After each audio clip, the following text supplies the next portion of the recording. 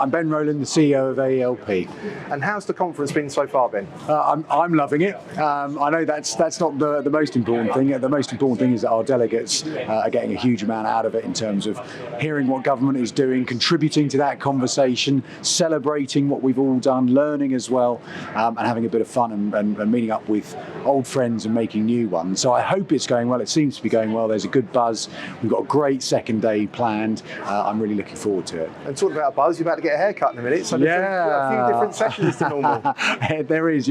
People will notice that I've been growing my hair a little bit, especially for this occasion. I'm really excited that some learners from Learning Curve Group, someone who's doing their level 2 apprenticeship in hairdressing, is about to cut my hair. So we'll see shortly how that works out.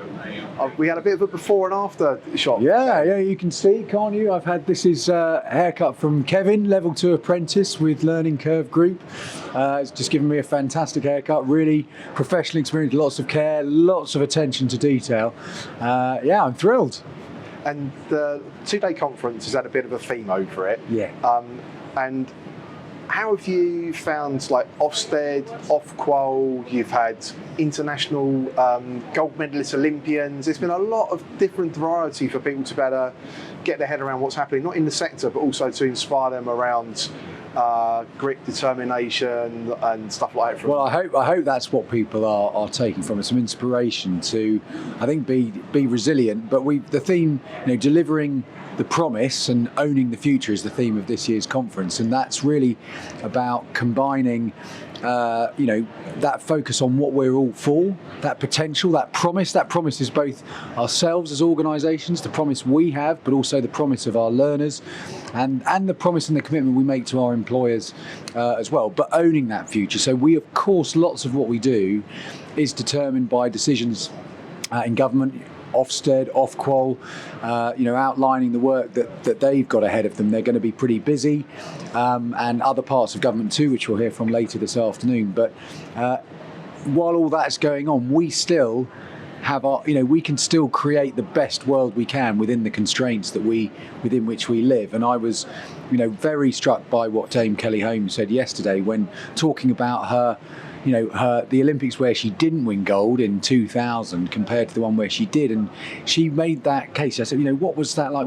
How did you respond? And she said, well, you go and you look at what could you have done differently. Did you get the checklist right? What did you miss out of your preparation? She owned that. There was no woe is me, even though she had a stress fracture when she ran in 2000. Yeah, of course, she said, that wasn't quite her time, but she owned that. And I think that's something we can really learn from as a sector as well. Of course, we need to influence government, but what is it that we can do individually? Sure, but by coming together at events like this, learning from each other to do what we do even better. And in thinking of that, with Ofsted, there's obviously changes that's coming in with that, and delays and stuff like that. Ofqual with apprenticeship assessment reform. Yeah. For a provider, what would you say for people to keep running, keep going, keep able to? Yeah, and it's really difficult because and this is something I'm going to be increasingly pushing government officials and ministers on, is we need some timetables. We understand that there can't be clarity now about when a process of redesign or introducing a new product is going on, but I think we can have at least have a timetable for that. But what do you do while you're waiting for that? Well, I think you go to your core purpose. You try and figure out what is it that we're really here to do. What is it that we do best for our learners, for our employers, for our other stakeholders, and kind of hold fast to that, because that's what guides you through these tricky times. It means that whatever happens, you're always doing your best.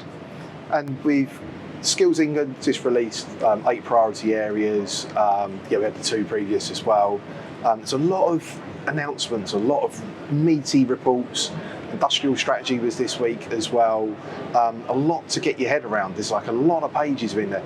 For a provider, what would be your recommendations on thinking of those priority areas for like delivering future provision?